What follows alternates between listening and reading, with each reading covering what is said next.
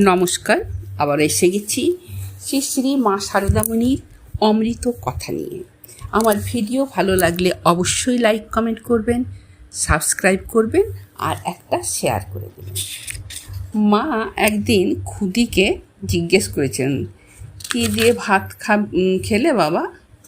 খুদি বলেছিল, আমার মা এত বড় একটা মাগুর মাছ কিনেছে।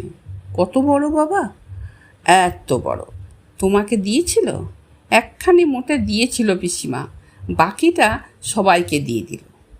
বিকেলে বালাকে মা জিজ্ঞেস করলে, শুনেছিস এত বড় মাগুর মাছ কিনে রান্না করেছিস, আর তুই খুদিকে মোটে একখানা দিয়েছিস কেন? ইন্দুমতি জবাব দিয়েছিলেন, না, মাছ তো নেওয়া হয়নি। মা হেসে বললেন, আমার মেজ ভাই উমেশ এমনি বলতো, যেটা খেতে ইচ্ছে হতো সেটা বানিয়ে বলতো।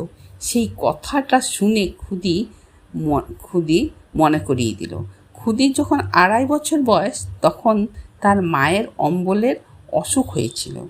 তিনি কলকাতায় গেছিলেন আর শ্যামদাস কবিরাজ তার চিকিৎসা করতেন।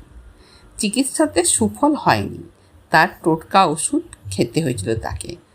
তখন তিনি রোজ গঙ্গায় স্নান করতে যেতেন। 1.5 বছর বাদে তার অসুখ সেরেছিল।